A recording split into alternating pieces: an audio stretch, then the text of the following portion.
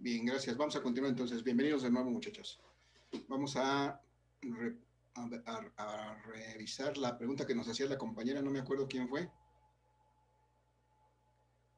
pero si me la repites, compañera, ¿cuál era la pregunta? Sí, ¿por qué era diamagnético?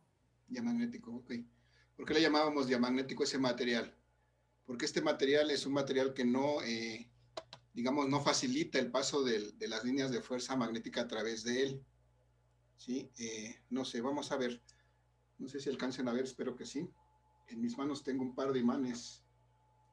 Si los coloco, si los coloco frente a frente, voy a sentir su atracción. Hasta me jalan, pues. Y ahí lo que hay entre ellos es aire. Entonces el aire pues tiene una permeabilidad relativa de la unidad. Pero si lo que coloco entre ellos es otro material, por ejemplo, este libro, este es un libro, creo que alguien lo ha visto por ahí, es un librito pequeño. Si lo coloco entre los dos imanes, voy a ver que prácticamente ya no se atraen. Si yo lo suelto, ya no se atraen. Aquí arriba sí. Entonces, este material, el material de que está hecho este libro, es un material diamagnético. ¿Por qué? ¿Por qué? Porque no deja pasar las líneas de fuerza que normalmente pasan sin ninguna dificultad en el aire. Esa es la idea. ¿Sí, sí aclaró un poquito esto, muchachos? Compañera. Sí, profe, gracias. Ok, entonces, bajo esa misma idea, si yo coloco otro material eh, diferente a ese, aquí entre los polos de un imán, y ocurre que cuando yo coloco este material entre los polos de un imán, las líneas de fuerza magnética que normalmente van del polo norte al polo sur, este color no me gusta, las líneas de fuerza magnética que normalmente van del polo norte al polo sur, pues pasan del polo norte al polo sur sin ningún problema.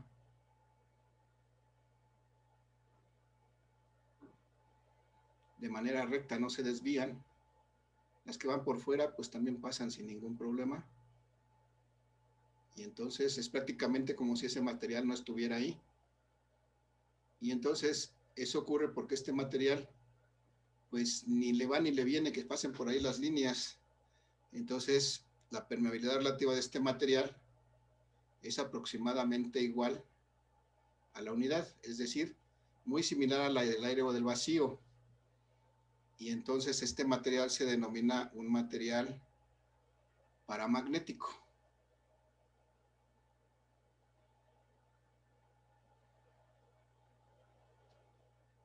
Entonces, un material paramagnético es uno que sí deja pasar las líneas de fuerza, se comporta como si fuera el aire o el vacío, y siente, a lo mejor lo único que va a sentir es un poquito como de atracción, pero no una atracción muy fuerte por alguno de los polos o por ambos, pero pues va a ser una atracción muy débil.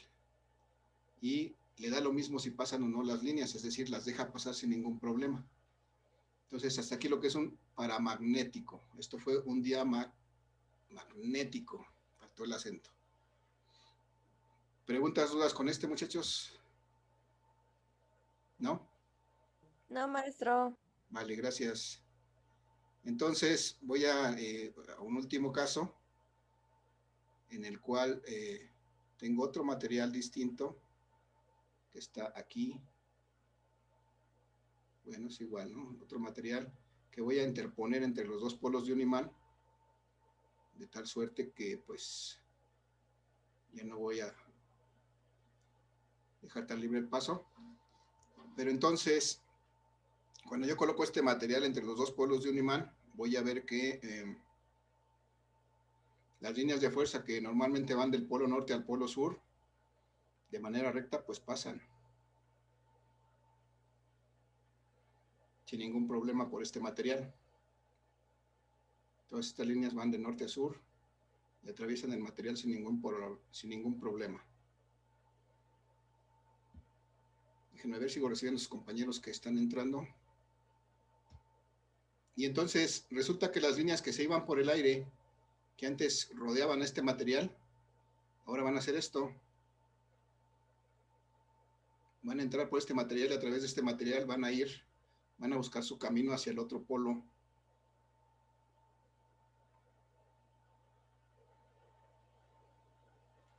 Y las que están por acá abajo también. En vez de irse por el aire, por acá está más fácil. Se van por acá.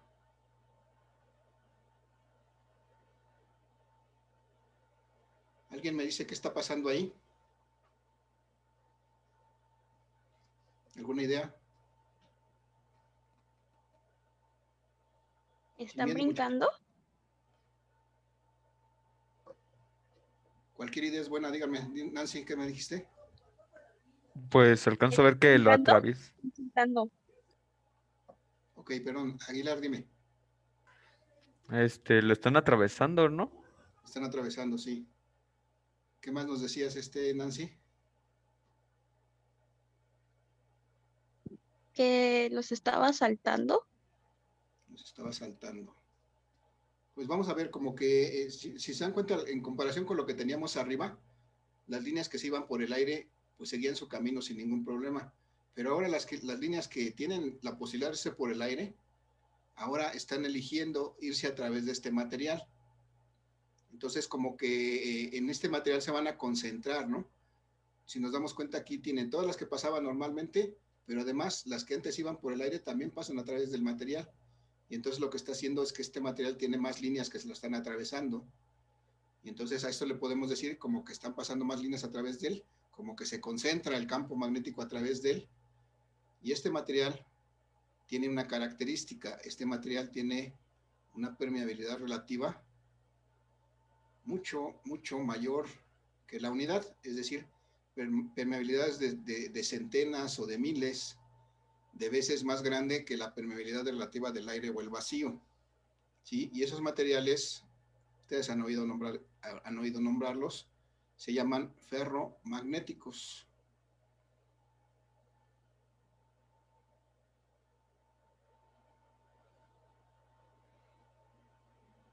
¿Sí o no? ¿Se han oído esa palabra, muchachos, por ahí? Muchachos, ¿sí o no? No los escucho. Yo no. Bueno, pues ya lo escucharon ahora entonces. Si no lo habían escuchado, ya lo escucharon ahora. Un material ferromagnético, por ejemplo, lo tengo aquí. Es un material de acero. ¿Sí? Si yo tengo mis dos imanes, espero que los vean, ahí, estorban las propias manos. Aquí están mis dos imanes, se atraen con cierta fuerza cuando están así, pero si además le pongo en medio esta pieza,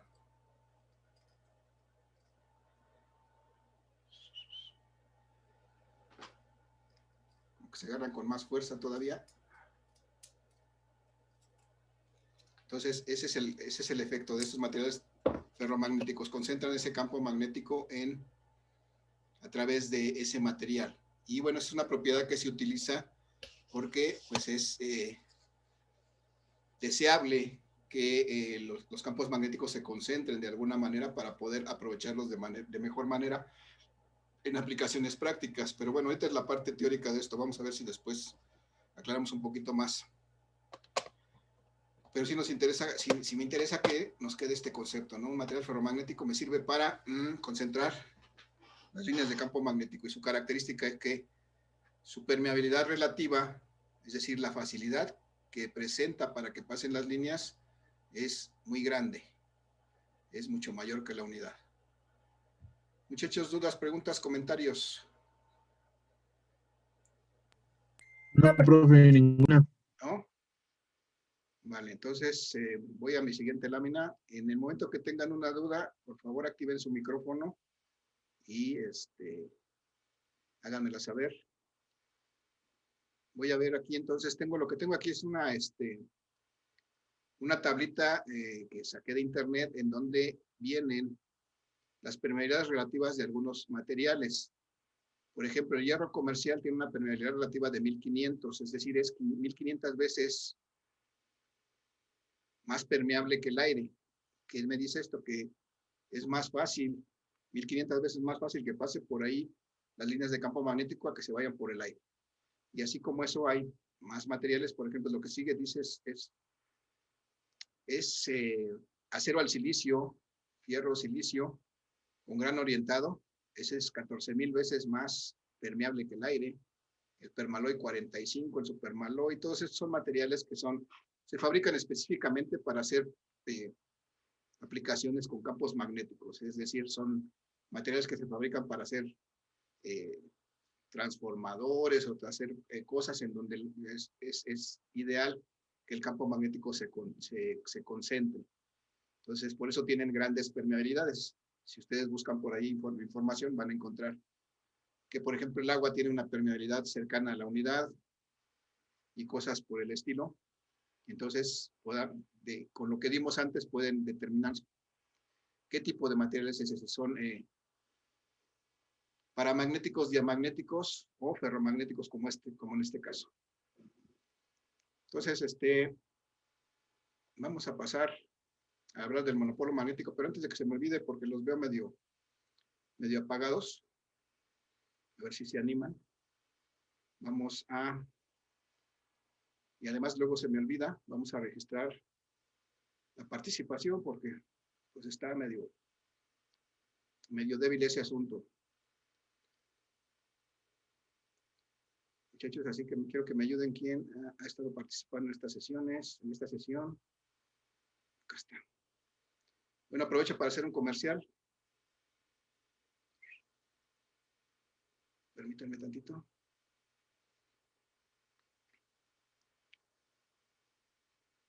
Les recuerdo que todas estas clases y todas estas sesiones y mucho más está disponible en YouTube para su disfrute. Entonces, quien quiera enterarse de inmediato que lo que publico, pues suscríbase a mi canal. No les cuesta nada y además reciben la notificación. Sí, profe. Bueno, no quiso, pero ahí está mi canal. Entonces, muchachos, vamos a aprovechar para hacer el registro de la participación antes de que avancemos más y se nos olvide. Muchachos, ¿quién ha participado en esta sesión? Ahorita me dicen su nombre y apellido, por favor.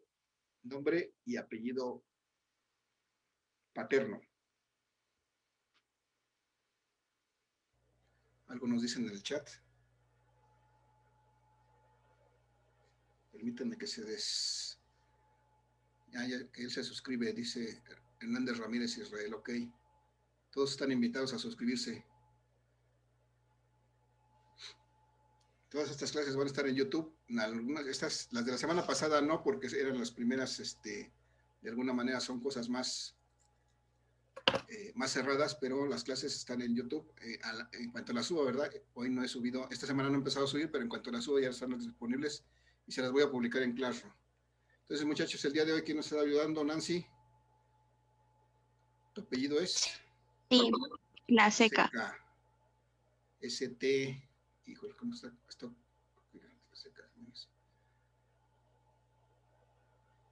Nancy, ¿no te has dado de alta aquí?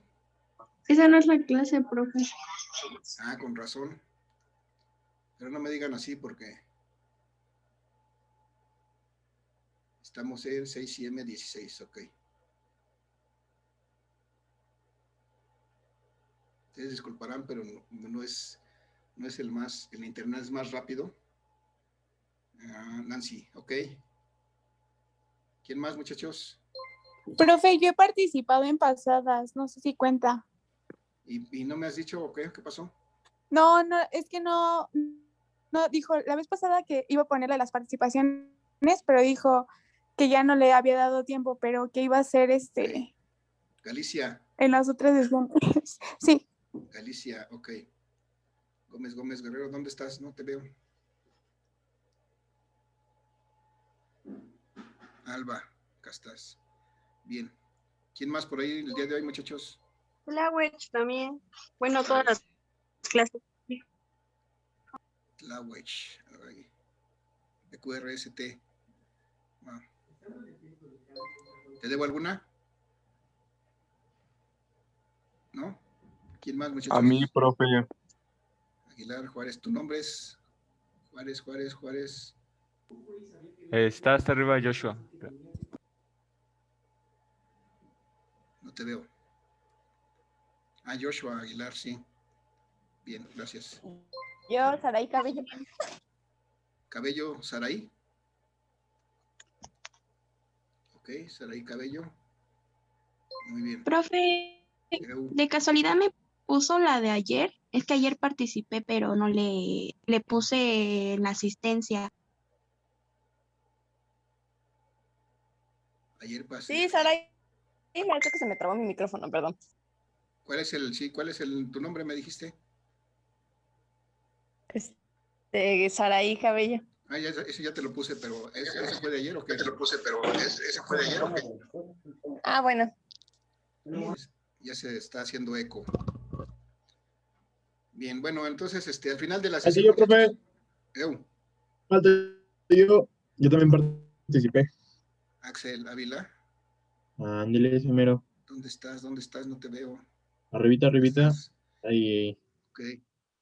Recuerden que ya pueden personalizar su avatar para que se parezca más a ustedes. Bien, entonces, es que por aquí tengo unos en el chat. Muchachos, pásenmelo, los que tengan pendientes al final de la sesión, antes de que se acabe un poquito, escríbanme su nombre y su apellido para que después pueda vaciarlos. Ya no,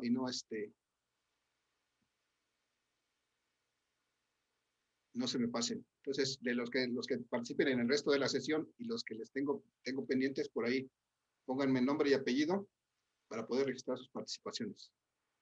Y si fue en esta clase o en la anterior. ¿Vale? Pues ahí me lo dejan en el chat. Vamos a continuar entonces con el tema. Estábamos revisando estas láminas.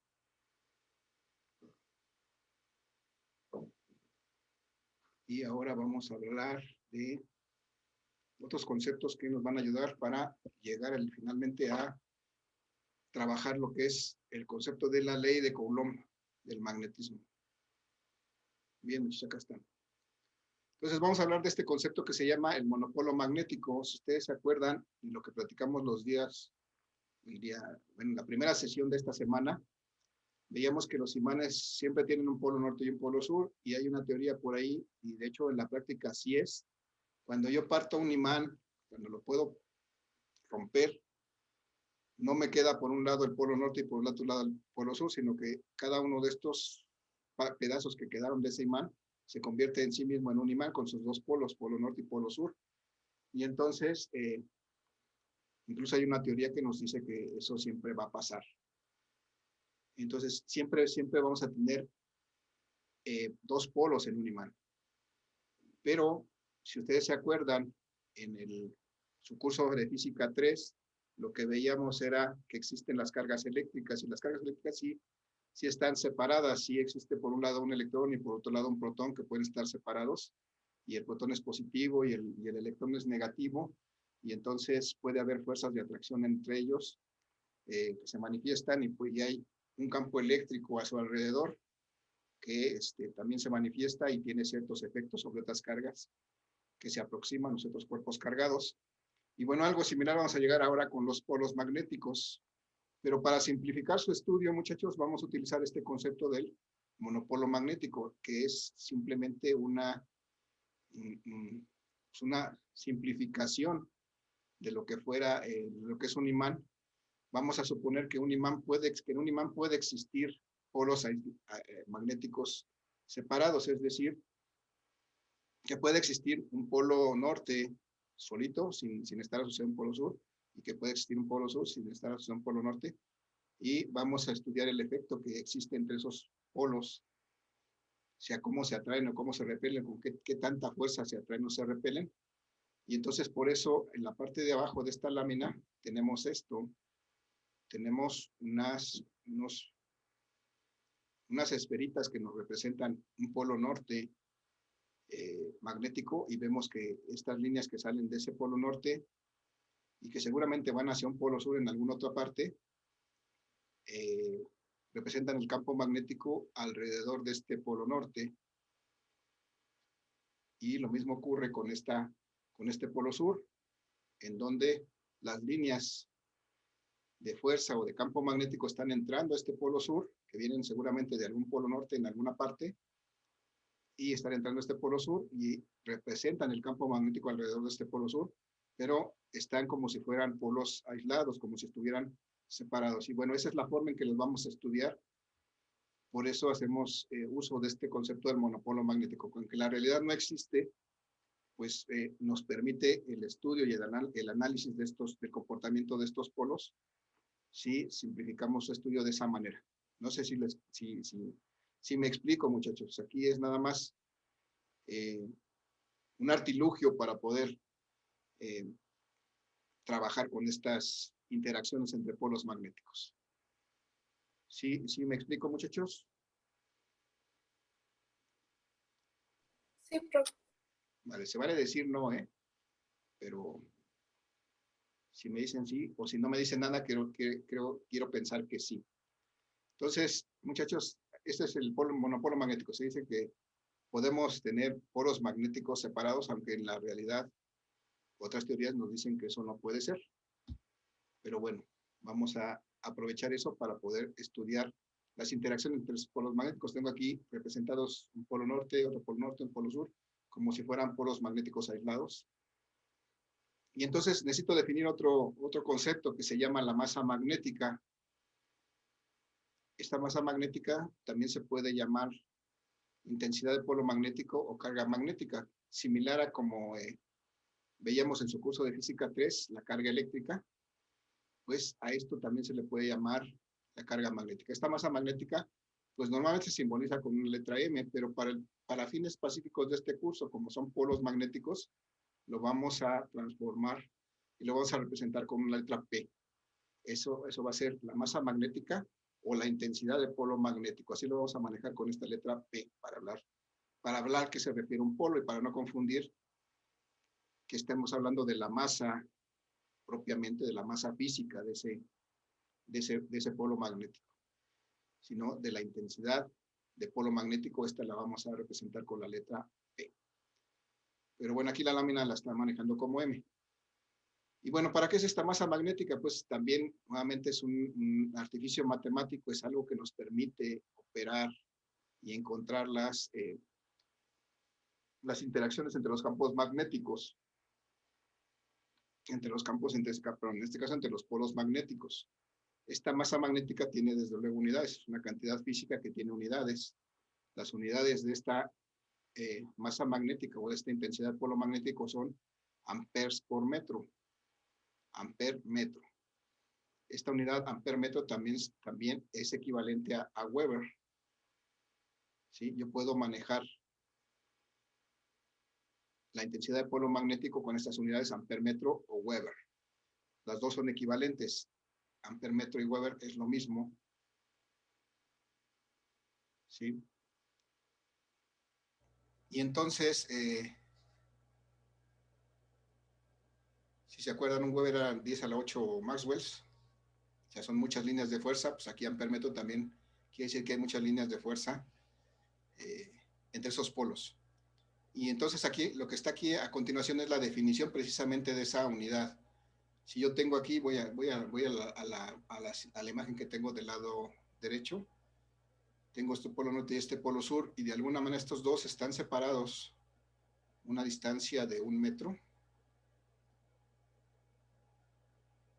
Y cada uno de estos tiene una masa. Vamos a suponer que este tiene una masa 1 y este polo sur tiene una masa 2. Y la característica de estas masas es que son iguales. Son masas, desde luego, son masas magnéticas o intensidades de polo magnético. Y entonces, si en esa circunstancia se da, son dos masas del mismo tamaño, o dos intensidades de polo del mismo tamaño separados 1 metro. Entonces se dice que existe un amper metro cuando aquí, entre estos dos polos, se manifiesta una fuerza magnética que tiende a unir estos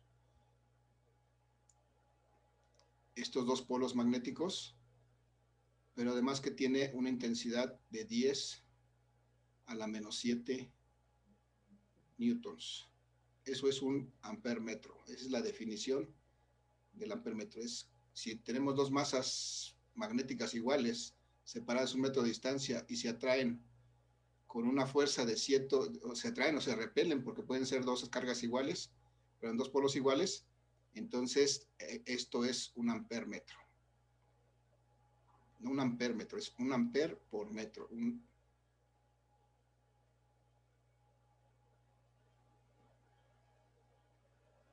O Weber. Entonces es todo lo que nos dice la parte de abajo de esta lámina. Si regresamos a ella, me habla que un ampermetro Weber, existe un ampermetro Weber, esta unidad, cuando una masa magnética se coloca frente a otra masa magnética del mismo tamaño a una distancia de 1 metro, y se produce una fuerza de atracción o de repulsión de 10 a la menos 7 newtons. Eso que dibujé ahí es esto mismo que está aquí en la lámina, pero solamente es la definición de lo que es esta unidad ampermetro. ¿Sale? Muchachos, dudas, preguntas, comentarios. Ya me elevé demasiado, díganmelo. Ahí vamos. No, profe, todo bien. ¿Todo bien? Vale. Luego tiendo a elevarme demasiado. Si es el caso, avísenme para aterrizarme, porque luego me voy muy arriba. Bien, muchachos, entonces todo lo anterior era para poder entrar a esta parte que es la que nos interesa el día de hoy. A revisar lo que es la ley de Coulomb del magnetismo. Si se acuerdan, muchachos, en su curso de Física 3 estudiaron la ley de Coulomb. Se llamaba así nada más la ley de Coulomb porque esa es la original, que es la ley de Coulomb, es la que nos rige la interacción entre cargas eléctricas. De hecho, Coulomb experimentó tanto con cargas eléctricas como con imanes, y entonces finalmente estableció su ley tanto para cargas eléctricas como para imanes, y es exactamente la misma. Nada más en el caso de la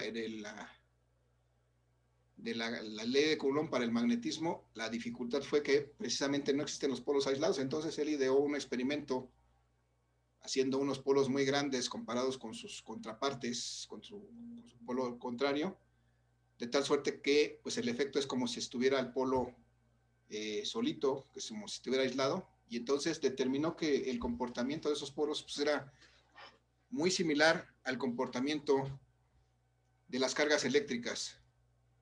Es decir, que esa fuerza de atracción o repulsión entre dos polos magnéticos era directamente proporcional a las masas magnéticas, al producto de las masas magnéticas de esos polos. Era también inversamente proporcional a la distancia, pero al cuadrado de la distancia que la separa. Y entonces cuando relacionó esas dos variables, pues finalmente encontró una ecuación que relaciona esas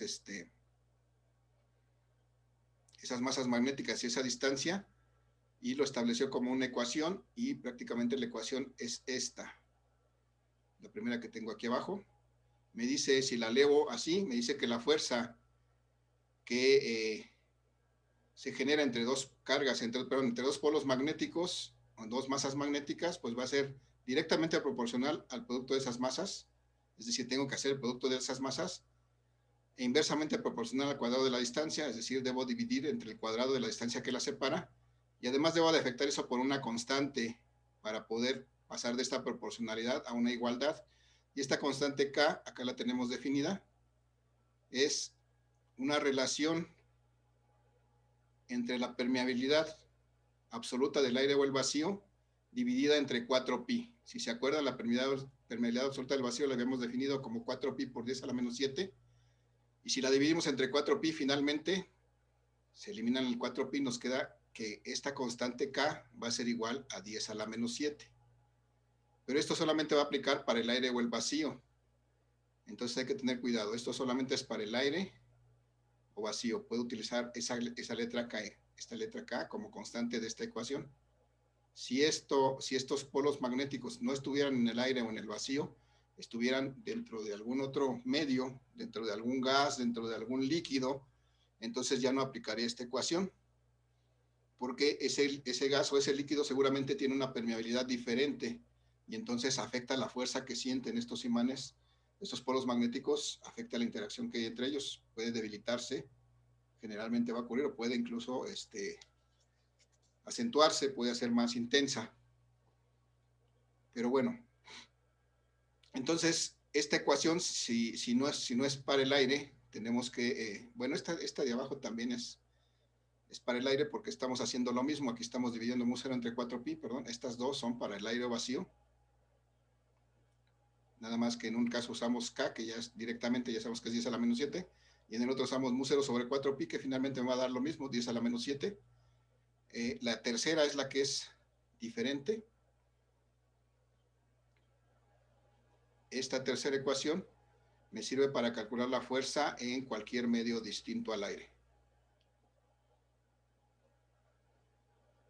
¿Por qué? Porque está dada en función de la permeabilidad relativa de ese material.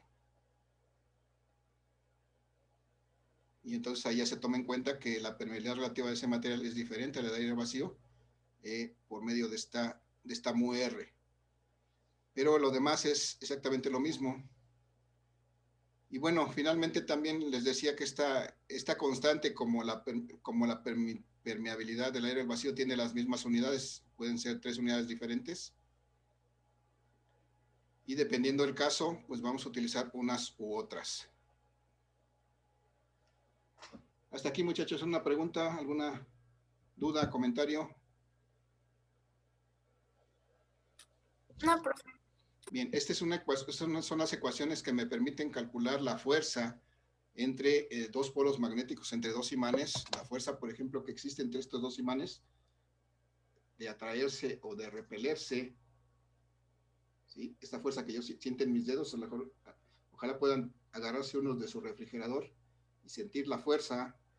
Dijera maestro Yoda, la fuerza sentir deben.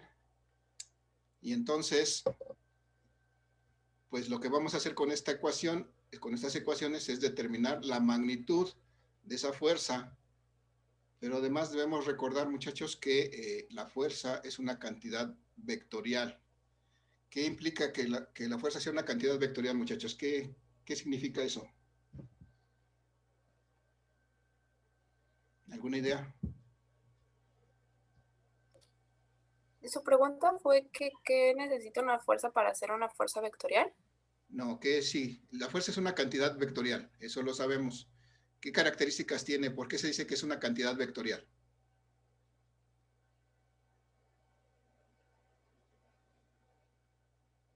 Porque tiene magnitud y sentido, o dirección, pues. Dirección y sentido. Las tres cosas, tiene magnitud, dirección y sentido. Entonces, esta ecuación me permite solamente calcular la magnitud, pero yo necesito determinar la dirección y el sentido de esa fuerza, porque no puedo definirla solamente por su magnitud, tengo que establecer su dirección y su sentido. Entonces, para eso lo voy a hacer gráficamente.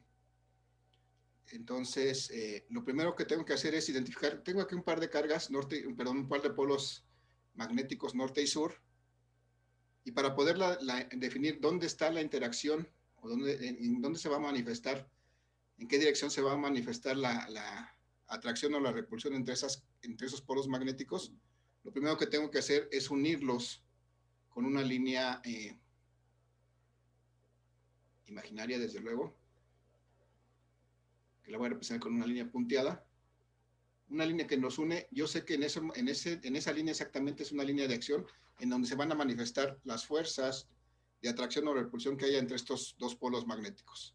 Entonces, es lo primero que hago. Y después voy a decir, tengo aquí un primer polo que voy a llamar un polo 1 y aquí voy a llamar un polo 2. Y ahorita, con lo que nos queda de tiempo, vamos a tratar de determinar hacia dónde apuntaría. Yo sé que entre estos dos polos hay una fuerza de atracción, porque son un polo norte y un polo sur, son polos diferentes, y hay atracción de acuerdo con la ley fundamental del magnetismo, la ley de los polos. Entonces pregunto, muchachos, a ver, para su análisis, díganme.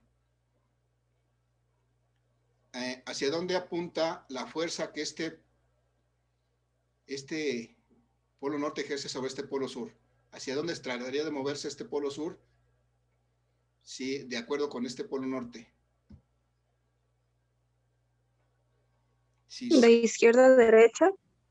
a ver, si como estos se tratan de acercar, vamos a suponer que este polo norte es el que quiero ver su influencia sobre este. Vamos a suponer que este polo norte está detenido aquí, no se puede mover. Este polo sur sí. ¿Hacia dónde trataría de moverse? ¿A la derecha o a la izquierda? A la A la izquierda. derecha. Dijeron izquierda, derecha, alguien que desempate. Derecha. Como hay atracción, muchachos, estos tratarían de juntarse. Si este está detenido, este trataría de moverse hacia acá para unirse con el norte. Entonces aquí tendríamos la fuerza que este polo norte, o sea, que este polo 1 ejerce sobre este polo 2. Esa va a ser su dirección. Y luego pregunto ahora, si supongamos que este polo sur está detenido, no se puede mover. Este norte sí. Entonces, cuando está cerca de este polo sur, va a tratar de acercarse a él. ¿A dónde apuntaría la fuerza que este polo sur ejerce sobre este polo norte? ¿A la izquierda o a la derecha? A la derecha. A la derecha, ¿no? Trataría de acercarse nuevamente allá. Entonces, estas dos fuerzas, esta sería la dirección de la fuerza que el polo 2, el polo sur, ejerce sobre el polo 1. Y los dos son vectores, aquí ya tengo sus direcciones.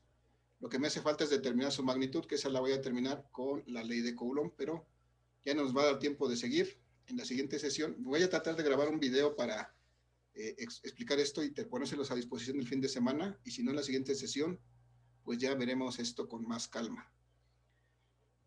Muchachos, entonces, pues no hay más. Los que hayan participado en este ratito, les pido que me dejen sus datos en el chat y nos vemos en la siguiente sesión, muchachos. Que tengan un excelente día, buenas tardes y espero que estén más dispuestos a la siguiente. Gracias.